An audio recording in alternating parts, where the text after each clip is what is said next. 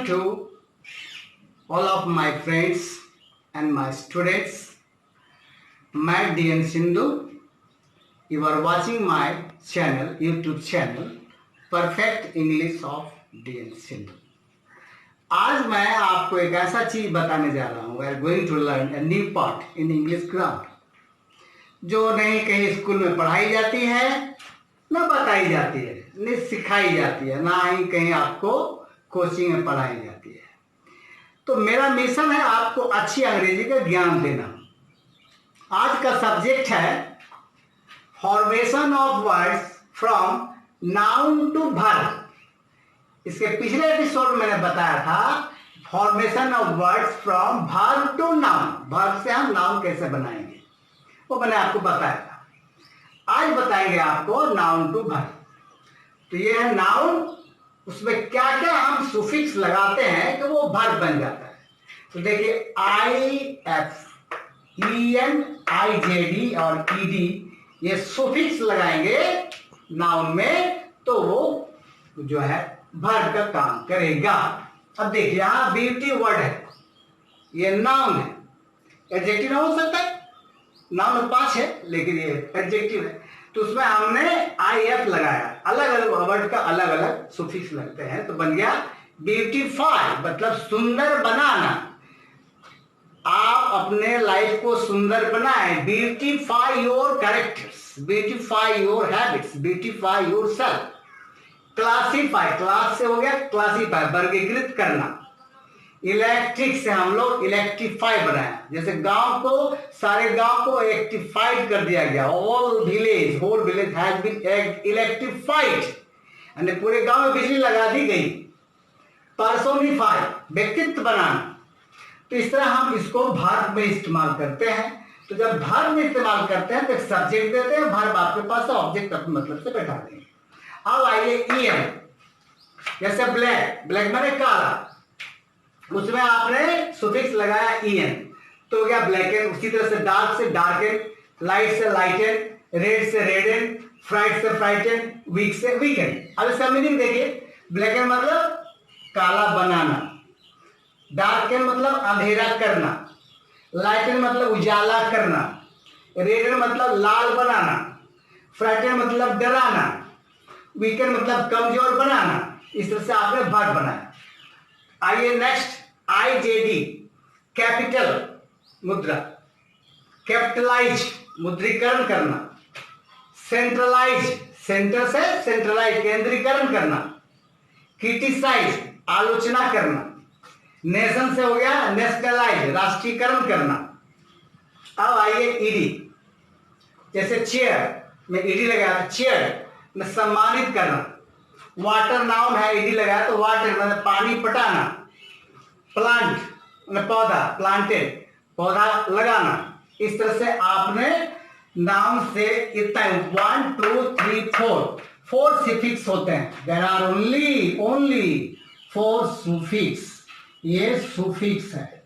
अब हम प्रीफिक्स लगाकर भी बनाते हैं. नंबर 2 देखिए यहां पर बी, उसके बाद EM और EN, ये हम नाउन के पहले लगाते हैं. इसका नाम है प्रीफिक्स. तो जैसे आपको दिखाया अभी, फ्रेंड नाउन है, कॉमन नाउन है, उसके आगे क्या लगाया बी फ्रेंड का मतलब दोस्त बनाना. काम है मतलब एडजेक्टिव शांति.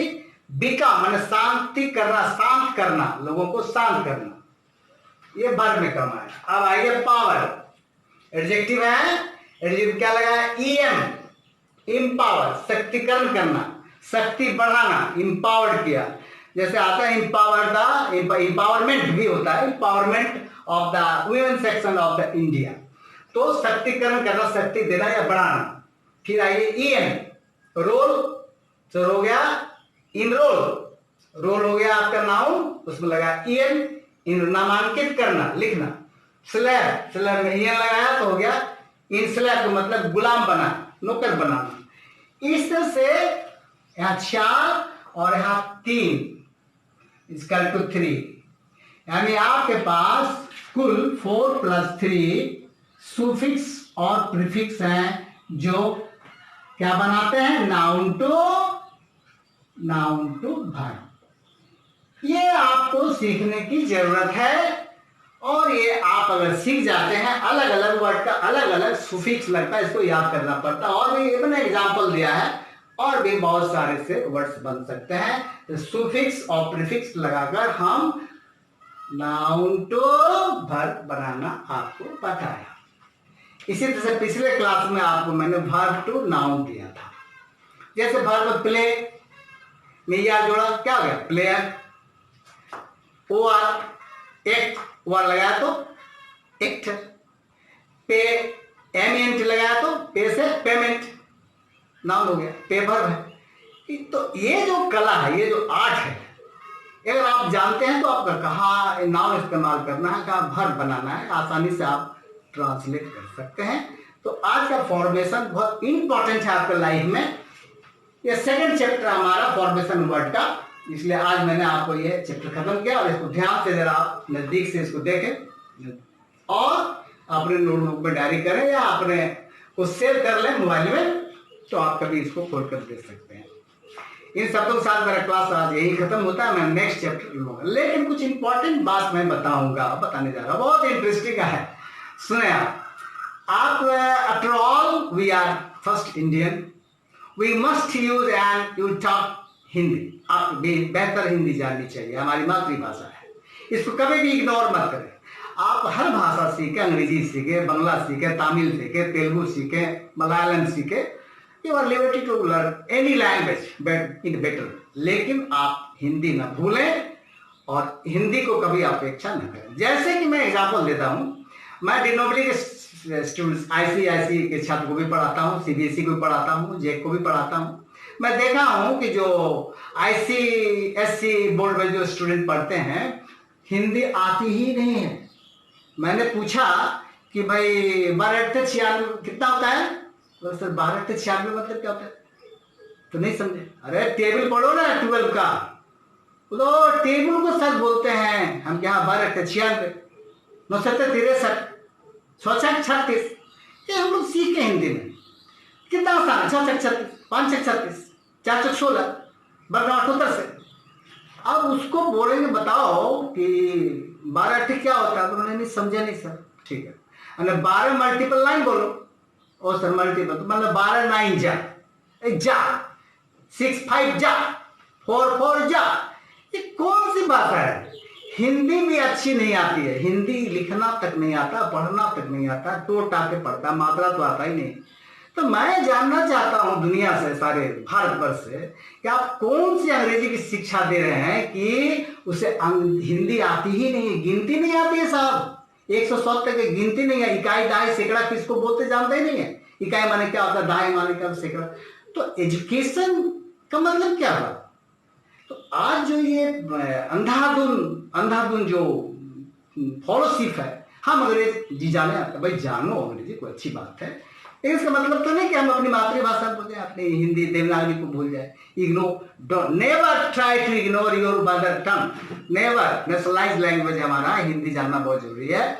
हिंदी को अच्छी तरह से सीखें, पढ़ें। अभी भी अच्छे लोग हिंदी नहीं बोल पाते हैं, तो बड़ा दुख लगता है कि भाई आप इंडियन होने के नाते भी आप हिंदी नहीं जानते। तो आप हिंदी अच्छी जाने, हिंदी बोले, उसके साथ साथ अंग्रेजी सीखें। अंग्रेजी हर जगह थोड़ी है, अंग्रेजी सीखे, इंग्लैंड सीखे, फ्रांस सीखे, फ्रांसीसी सीखे, जर्मनी सीखे, चाइनीज सीखे। सीखने की बहुत सी सारी भाषाएं हैं, सबका अलग अलग पैटर्न और सबका अलग अलग ग्रामर है। इसलिए अंग्रेज मत बनो भाई मेरे, अंग्रेजी जानो लेकिन अंग्रेज मत बनो। इसलिए मेरे दोस्तों, मेरे भाइयों, मेरे छात्रों, मैं आपको बार बार निवेदन करता हूं कि आप अच्छी अंग्रेजी जाने, जरूर जाने, लेकिन मातृभाषा को कभी इग्नोर न करें। क्योंकि ये मातृभाषा ही अपने सभ्यता का निशानी है कि हम हिंदुस्तानी हैं, हमें हिंदी अच्छी आनी चाहिए।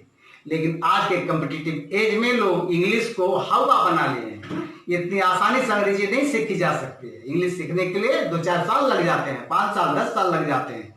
बहुत सब फॉर्मेशन सही है, चूंकि हमारा लैंग्वेज नहीं है। इसलिए है क्या बात कि आज जो है इंटरनेशनल लैंग्वेज हो गया है। इंग्लिश एक ऐसी भाषा हो गई है कि दुनिया के तमाम देश के लोग अंग्रेजी जानते हैं। इसलिए रनिंग लैंग्वेज है आज के युग में, कॉमन लैंग्वेज है। इसलिए थोड़ा एसेंशियल हो जाता है कि हम अच्छी तरह से अंग्रेजी जाने, बस इतना ही मकसद है आपका। और मकसद ये है कि आप कहीं भी जाएं तो अपना परिचय दे सकते हैं। आप चाहे किसी भी राज्य से, किसी भी भाषा से बिलोंग करते हैं, उससे कोई मतलब नहीं है। तो ये हम जहाँ यूटिलाइज करना होगा वहाँ करेंगे। तो अगला एपिसोड में मैं आपको इसका भी इंपॉर्टेंस बताऊंगा, प्रोनाउंसिएशन बताऊंगा, करेक्ट प्रोनाउंसिएशन कैसे करेंगे, स्पेलिंग कैसे करेंगे, बहुत सारी चीजें हैं। कंकोड है, कॉमन एरर है, ट्रांसफॉर्मेशन है, आपका डिग्रीज है, और आर्टिकल्स है, यूजेस का, ये सारी चीजें आपको बताऊंगा। तो मैं आशा करता हूं कि आप इसको जरूर याद रखेंगे, इसको यूटिलाइज कराएंगे। और मैं एक बात अंत में कहना चाहता हूं कि आप डेली जो है प्रतिदिन 2 पन्ना पढ़ें। एक ही पेज को पढ़ें, 5 बार पढ़ें। एक ही पेज को आप 5-6 बार पढ़ें। देखिएगा, पहला पेज पढ़ने में आपको अगर 2 मिनट लगा है, या तीसरे बार पढ़ने में आपको 1.5 मिनट लगेगा, फिर चौथे बार पढ़ने में वो 1 मिनट लगेगा, फिर 5वीं बार जब पढ़ेंगे तो धड़ाधड़ पढ़ जाएंगे। तो इस तरह से आपका रीडिंग सेक्शन का ये साइकोलॉजिकल इफेक्ट पड़ता है, मेंटल इफेक्ट पड़ता है कि आप कितना जल्दी पढ़ सकते हैं। तो पढ़ने का अभ्यास करें। एक आप कंसेप्ट तैयार करें, जैसे लव, सिंपैथी, ऐसा कोई वर्ड है जिस पर आप 2, 4, 10, 20, 50 लाइन लिखें और अपने सीनियर टीचर को, फ्रेंड्स को दिखाएं, फ्रेंड्स को जरा देखें कहाँ गलती है, वगैरह वगैरह। तो ये प्रैक्टिस आपको करना है। वर्ड्स मीनिंग वोकैबुलरी याद करना है, वर्ब याद करना है, ये फॉर्मूला याद करना है। ये आपका डेली का काम है, ये इंप्रूव करना आपको काम है। मेरा काम है आपको सही तरीके से, सरल रास्ते से बता देना। इन्हीं शब्दों के साथ आज का क्लास मैं यहीं खत्म करता हूँ। Next you wait for the next chapter, I will tell you tomorrow with the last word. If you are interested, if you followed, if you feel very happiness to see these classes, to visit these classes, and if you are curious, if you are inquisitiveness in your mind, then please you share this my channel, then you like and you subscribe. Because of that, अगर आप comment करते हैं, भेजते हैं, मुझे खुशी होती है कि मेरा क्लास आप सुन रहे हैं। ये मुझे और भी दिल से पढ़ाने का मन करता है। जितना मैं जानता हूं अपने लाइफ में, मैं सब आपके साथ देकर जाऊंगा, लेकर नहीं जाऊंगा। ये मेरा मिशन है। I don't like to earn money from this tube channel. ये मेरा उद्देश्य नहीं है। मेरा उद्देश्य है आपको मैं प्रॉपर और सही एजुकेशन ऑफ इंग्लिश का दे पाऊं। With the last words of thank you all of you too from my bottom of the heart. Thank you very much.